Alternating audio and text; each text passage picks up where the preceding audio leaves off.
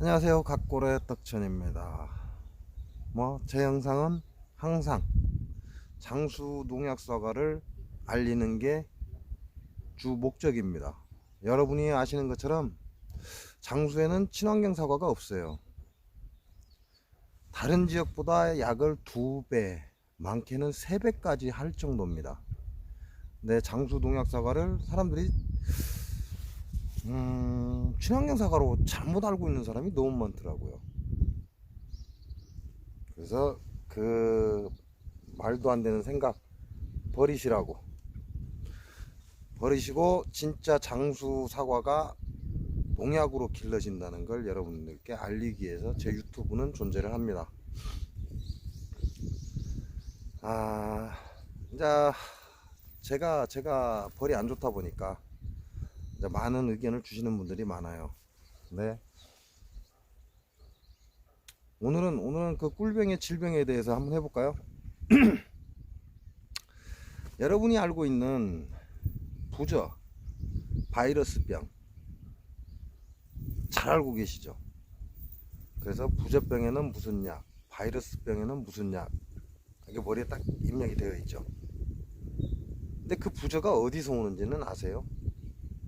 그 바이러스가 어디서 오는지는 아세요? 그걸 아는 사람이 없어요. 제가 그걸 지금부터 가르쳐 드리겠습니다. 장수 농약 사과가요, 사과꽃이 피면 세빈을 살포를 해요. 근데 세빈은 분진입니다. 분진. 가루라는 얘기죠. 가루. 물에서 섞어서 살포를 하지만 이게 가루가 돼서 그 사과꽃이나 사과잎, 나무에 쫙 앉아 있습니다. 그게 45일 동안 갑니다. 45일 동안 그 약성을 발휘를 합니다. 세빈은. 그러니까 세빈을 뿌렸다고 해서 그날 벌을 가두어 놓고 다음날 풀어줘도 아무 소용이 없다는 얘기죠. 그렇게 따지면 벌을 45일 동안 벌통에 가둬야 된다, 그 얘기밖에 안 되는 거예요. 엄청난 거죠. 근데 벌은 활동을 못하게 하고 입구를 막으면 벌은 결국은 죽게 되어 있습니다. 그래서 벌을 잡아 놓는다는 것도 문제지만요, 일단 잡아 놓는다 해도 뭐 한 3, 4일? 하루 이틀 잡아 놓는다고 해도 아무 의미가 없다는 거죠. 왜? 세비는 45일 동안 그 약성을 발휘를 하기 때문에. 즉 다시 말하면요, 세빈을 살포하면 45일 동안 계속해서 벌이 와서 묻히고 저그 집 가서 죽기고를 45일 동안 계속 반복을 한다는 얘기입니다. 그래서 세빈이 치명적이라는 거죠. 그리고 이 세빈은 곤충을 안 가립니다. 인간도 안 가려요. 인간도 죽이는 게 세빈입니다. 그 대표적인 게 폐암이에요. 폐암. 방독 마스크를 안 쓰고 세빈을 살포하면요, 폐가 작살나버립니다. 그래서 장수군의 초반 사과 농사를 지면서 폐암이 무더기로 나온 이유가 거기서 온 거거든요. 왜? 일반 마스크를 쓰고 농약을 했기 때문에. 일반 마스크로 쓰고 농약을 하면 먼지 좀 굵은 건 가려주지만 그 숨 쉬면서 딸려 들어오는 농약은 못 가려주거든요. 그게 호흡기를 통해서 폐로 들어옵니다. 그래서 폐암이 그냥 쫙 한순간에 퍼진 이유가 그것 때문에 그래요. 폐암은 제가 여러분한테 말씀드린 것처럼 외부적인 요인과 내부적인 요인이 따로 있습니다. 내부적 내 몸 자체 내에서 생성이 되기도 하고 외부적으로 생성되기도 하고. 근데 그 폐암이 유행처럼 한순간에 번진 이유가 어디에서 왔냐 이거죠. 그리고 나서 이제 지침이 나왔잖아요. 방독 마스크를 써라. 농약을 할 때 반드시 써라. 그래서 지금 방독 마스크를 다 쓰고 합니다. 방독 마스크만 쓰고 한가요? 아니에요.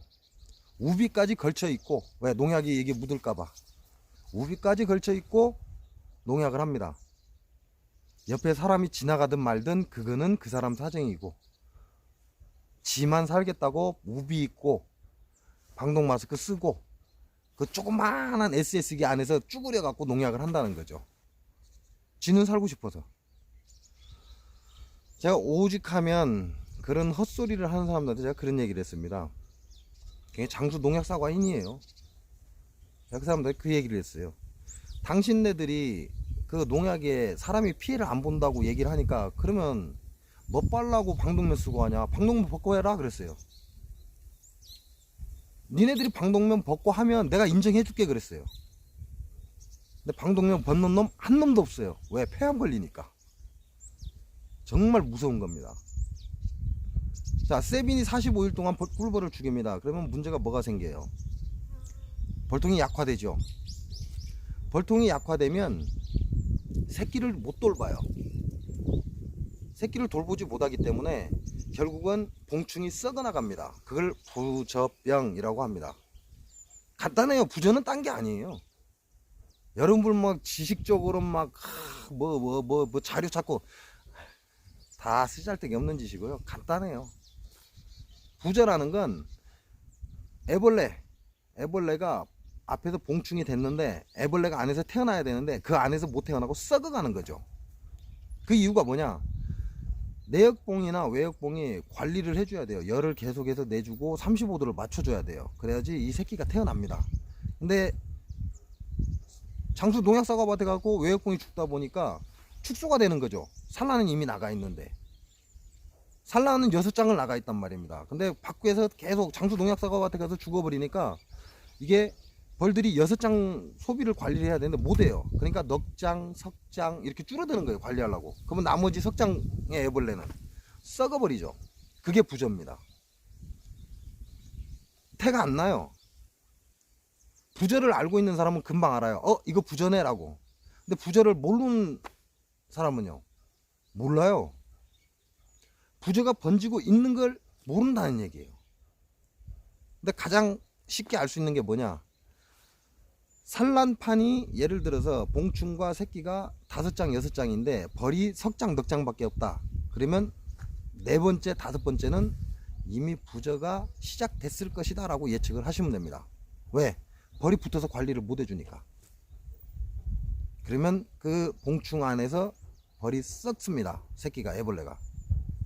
그걸 확인을 하시려면 소비를 빼서 나무 조각으로 이렇게 푹 찔렀다 빼보시면 알아요. 푹 찔렀다 빼면 우리가 말하는 고름 같은 게 쫙 딸려 나옵니다. 그게 부저예요.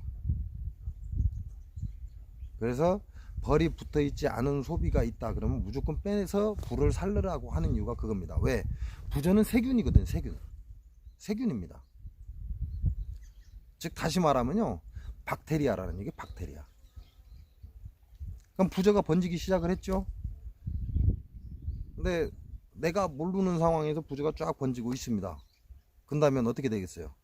부저가 거기서 끝납니까? 아니에요. 세균이기 때문에 번식을 합니다. 번식을 쫙 하게 돼 있어요. 그래서 소비에 벌이 붙지 않으면 소비를 바로바로 빼라는 이유가 그겁니다.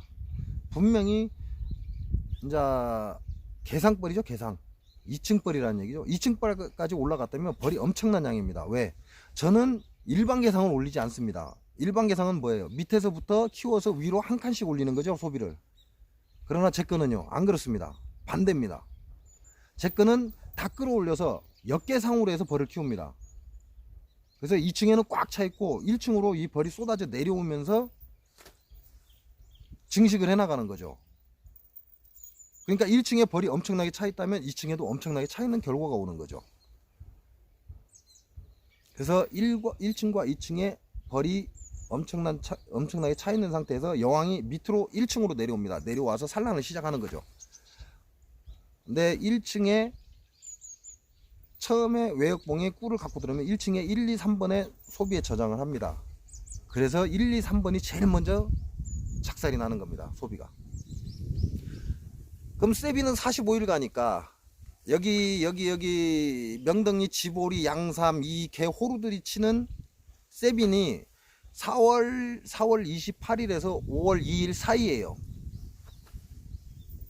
자, 그러면 빨리 쳤다고 치고 4월 말일에 쳤다고 가정을 하면요, 4월 말일에 치면 언제까지 가냐? 15일 후죠. 왜냐면 한 달은 30일이니까 45일을 해야 되니까. 그러면 4월 말일에 쳤으면 5월 달은 30일밖에 안 되죠. 6월 15일까지 그 세빈의 독성이 간다는 겁니다. 근데 벌을 가둬요? 자, 그 세빈의 독성이 45일을 갑니다. 그러면 6월 15일까지 간다는 얘기가 나오는 거죠. 자, 이 6월 15일까지 가고 나면 끝났냐고요? 아닙니다. 그 세빈의 성분과 이제 그 세빈의 성분 때문에 외역병이 죽어나가기 때문에 이제 박테리아가 번식을 해요. 그래서 부젖병이 생깁니다. 부젖병이 쫙 생기고 나면 내가 아무리 소비를 잘 꺼냈다고 해도 결국은 벌들이 관리를 못하는 군데군데에 애벌레는 썩어서 부저는 계속해서 번식을 합니다. 박테리아이기 때문에. 그럼 이 부저가 번식을 어느 정도 하고 나면 그 다음에 나오는 게 뭐예요? 그 다음이 바이러스입니다. 그 다음이 세빈에 작살나고 그 다음에 부저에 작살나고 그 다음에 이제 바이러스가 나와요. 세 번째. 그럼 바이러스는 언제 끝나요? 제 봉장에 벌 약하죠. 얘네들 계속 키우면 될 것 같죠. 화분떡 주고 설탕물 주고 계속 키우면 될 것 같죠. 그 얘기는 무슨 얘기예요? 바이러스를 내년까지 끌고 가겠다, 그 얘기하고 똑같은 겁니다. 바이러스를 종식시키려면 방법은 딱 하나입니다. 추운 겨울에 얘네들을 모두 멈추게 만드는 거예요.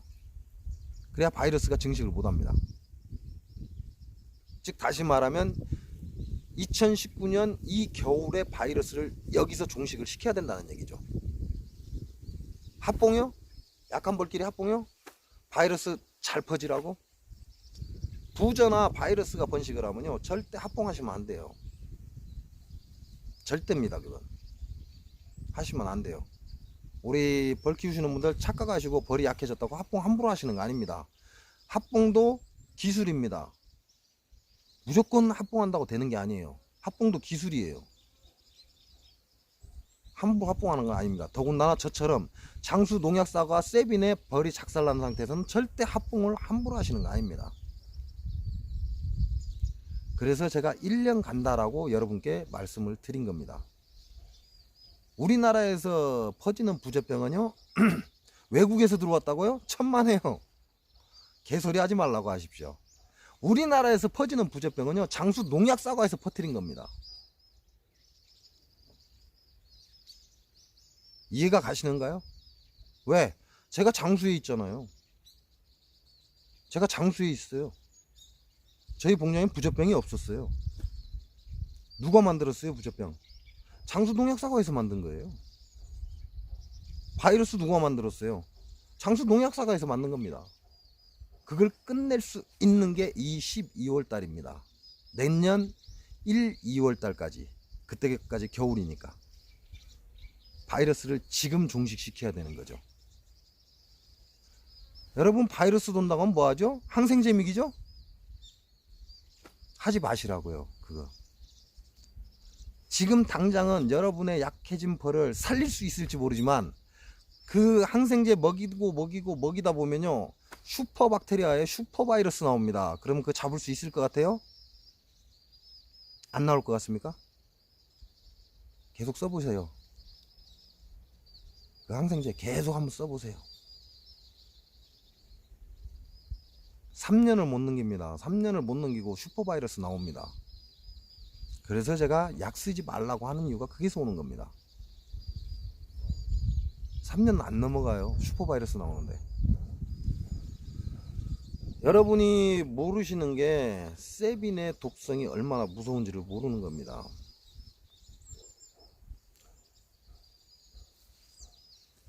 벌의 병 여기까지 할까요? 뭐 부저 바이러스 나왔으면 끝난 거 아닌가요? 더 이상은 없잖아요. 내년이 경자년이에요. 자, 벌은 여기까지입니다. 그러니까 우리 벌 키우시는 분들 여기까지만 보시면 돼요. 다음은 안 보셔도 됩니다.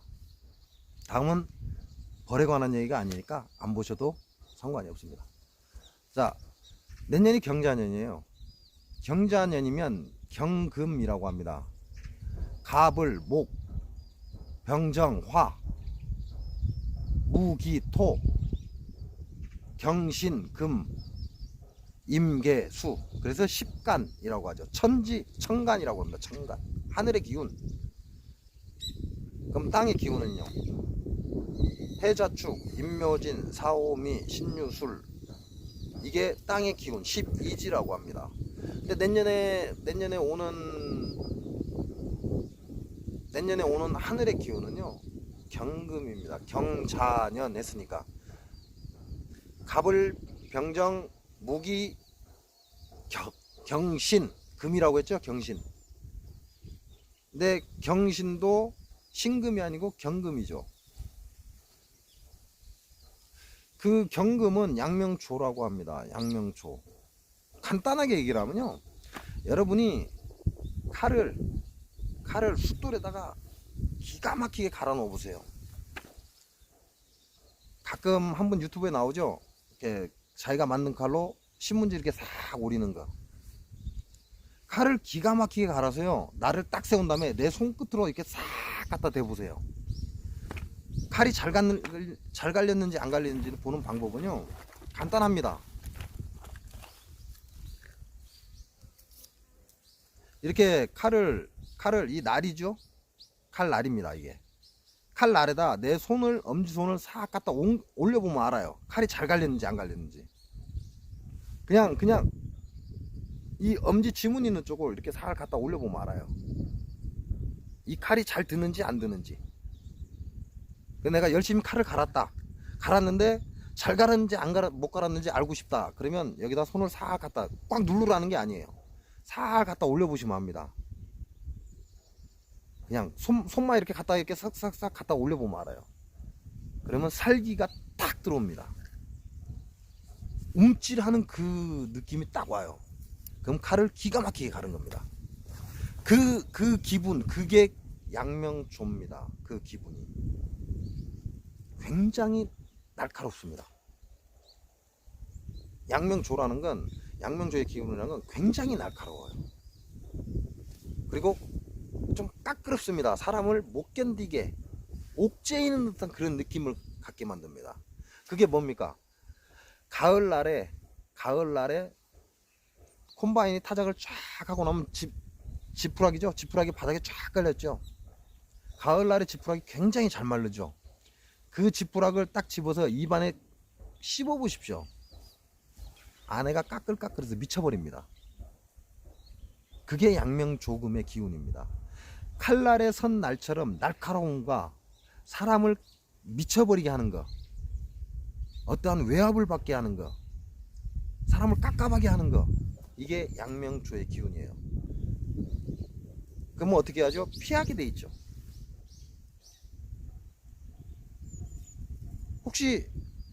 혹시 칼 들고 있는 사람하고 맞짱 떠보신 분 그 느낌 아실 거예요. 앞에서 칼을 딱 꺼내는 순간 내가 한 발짝 뒤로 딱 물러서게 돼 있습니다. 그게 살기입니다. 살기. 그게 살기예요.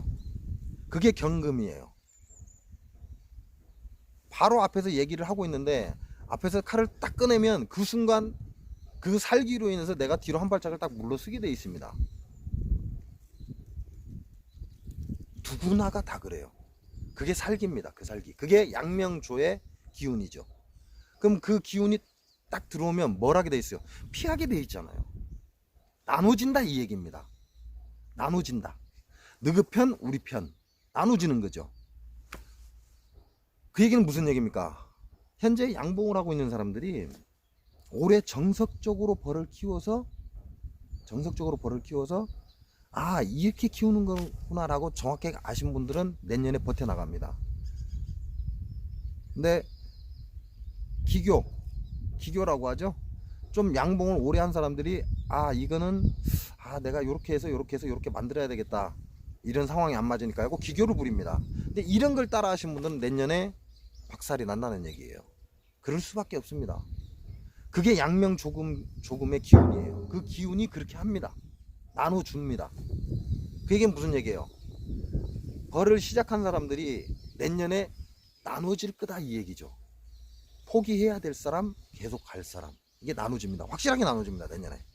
근데 웃기는 건 내년 봄에 나눠지기 전에 잘 될 것 같은 그런 기분이 딱 들거든요. 왜? 그게 봄의 목기입니다. 목기. 봄의 목기는 쫙 뻗어 올라가는 거. 쫙 뻗어 올라가죠. 봄의 목기는 쫙 뻗어 올라가기 때문에 잘 될 것 같은 그런 기분이 막 드는 거죠. 그게 사람 죽이는 겁니다. 그때 분몽하지 마시라고, 함부로 설치지 마시라고. 잘 될 것 같아요. 자는 실패했대 분봉? 근데 난 내볼 보니까 잘 될 것 같아. 그래서 내년 봄에 딱 시작을 해보면 개박살 나버립니다. 언제 하시라고요? 후반부. 전반부에는 하지 말라는 거. 전반부에 일을 벌리지 말라는 얘기예요. 그래서 사천기라고 합니다. 사천기. 기운을 둘로 나눠요.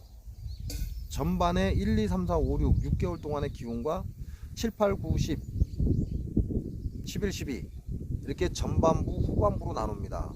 그래서 내년에 여러분이 만약에 뭔가를 하실 거라면, 일을 벌리실 거라면 전반부에 일을 벌리지 마시라는 거죠. 봄에는 보름의 기운이 강해요. 근데 힘이 있다는 얘기, 힘이 있기 때문에 내 볼도 힘을 갖고 막 튀어나온 것 같아요. 잘 될 것 같아. 막 찢어놓으면 막 될 것 같은 그런 기분이 든다는 거죠. 그러지 마시라고. 특히 내년에는 그렇습니다. 내년에 양명조의 기운은 그걸 용납하지 않습니다. 그래서 일을 벌리지 마시라고 말씀을 드리는 겁니다.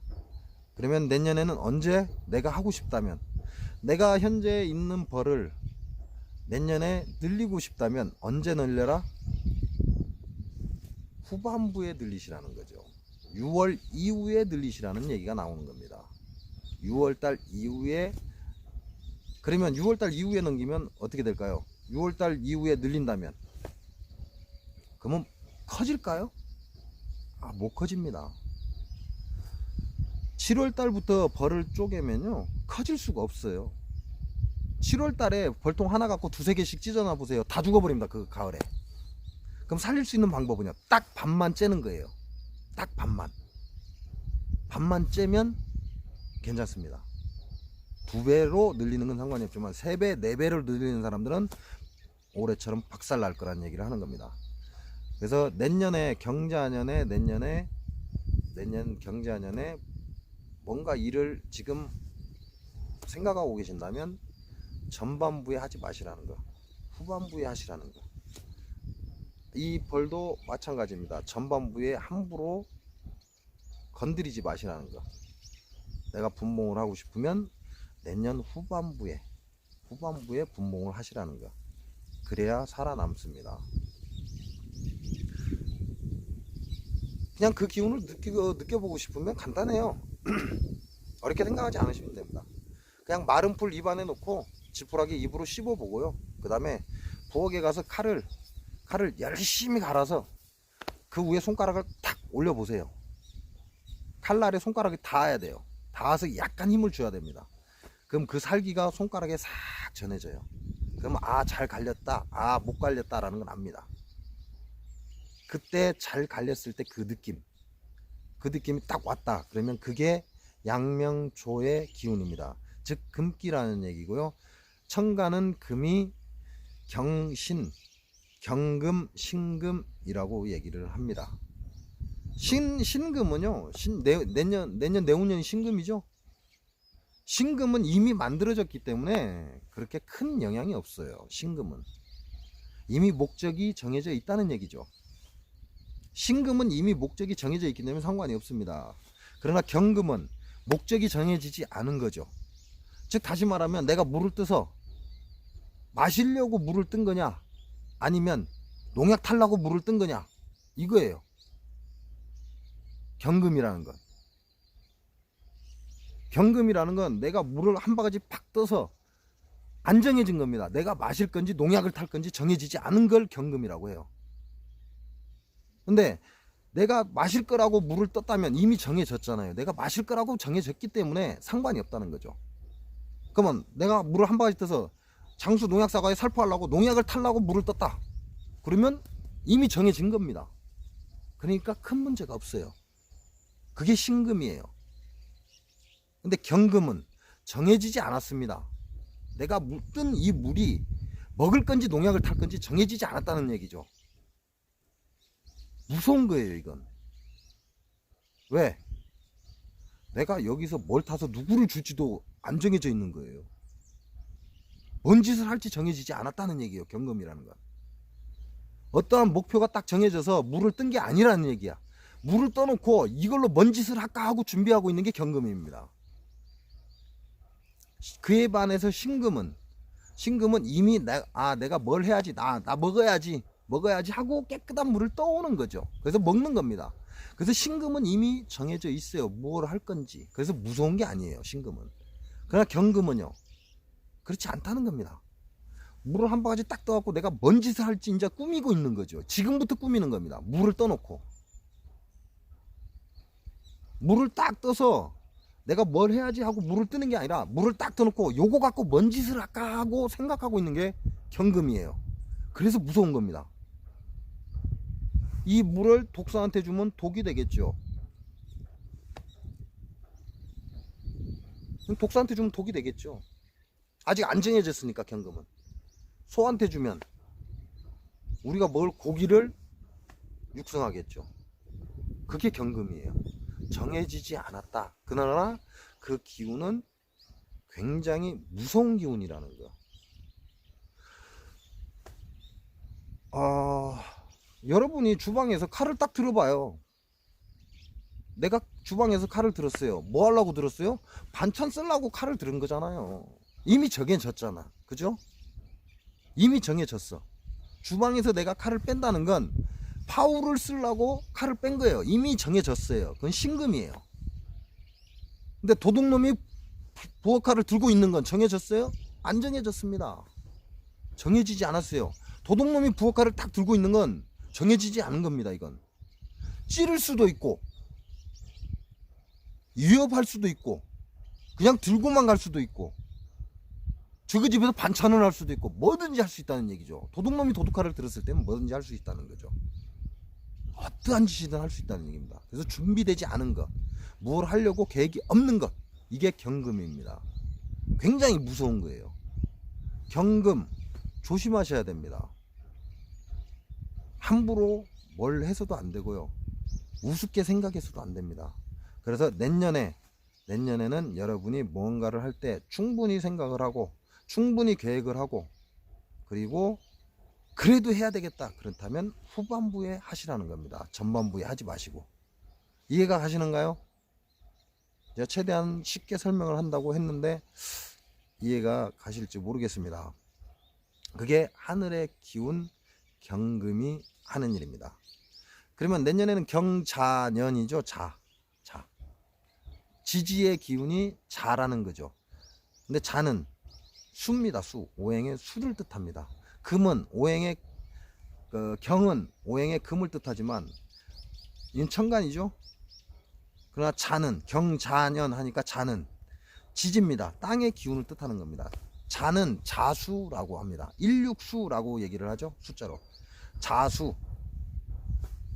물을 뜻하는 거죠. 우리가 쉽게 전달하기 위해서 수는 물입니다 이렇게 얘기를 하는데 물은 아닙니다. 근데 표현을 그렇게 해서 빨리 사람들이 이해를 하게끔 하기 위해서 그렇게 예를 들어주는 거죠. 자는 수의 기운이다 라고 합니다. 오행 중에 수의 기운이다. 오행 중에 수의 기운이죠. 뭐 그렇게 따지면 자는 자오 소음 군화가 되죠. 자오 소음 군화가 됩니다. 육기의 기운이 천간은 경금이 양명조를 말하지만 지지의 자는 자오 오를 만났을 때 지지의 오를 만났을 때 충이 일어나죠. 그래서 소음 군화 열을 내버립니다. 그러면 경자년이니까 자가 오를 만나야 소음 군화 따뜻해진다 그 얘기가 나오겠죠. 충이 일어나니까 부딪히니까. 그러면 오를 만나지 않았다면요. 그러면 자수가 되죠. 자수는 태양 한수입니다. 태양 한수. 물. 묘유, 자축인묘, 진술. 그 얘기까지 하면 헷갈리겠네요. 우리가 말하는 이렇게 시원한 기운 또는 내리는 비, 그냥 간단하게 이렇게만 이 뒤로 넘어가니까 복잡해집니다. 그러면 이게 달라지거든요. 이게 뭐 그렇게 따지자면 내년에는 하늘의 기운은 날카롭고 예민한 기운이 들어오고, 땅의 기운은 뭔가 물과 연관된 듯한 그런 느낌, 시원한 느낌. 그 얘기는 춥다, 그 얘기가 나올 수도 있죠. 그러면 벌 키우는 사람들한테는 봄에 아카시 꽃꿀이 필 때, 아카시 꽃이 필 때 잘못하면 꽃이 얼어 죽을 수 있다라는 결과가 올 수도 있습니다. 시간이 30분이 넘었습니다. 오늘 영상 여기서 마치겠습니다. 좋은 시간 되시기 바랍니다. 고맙습니다.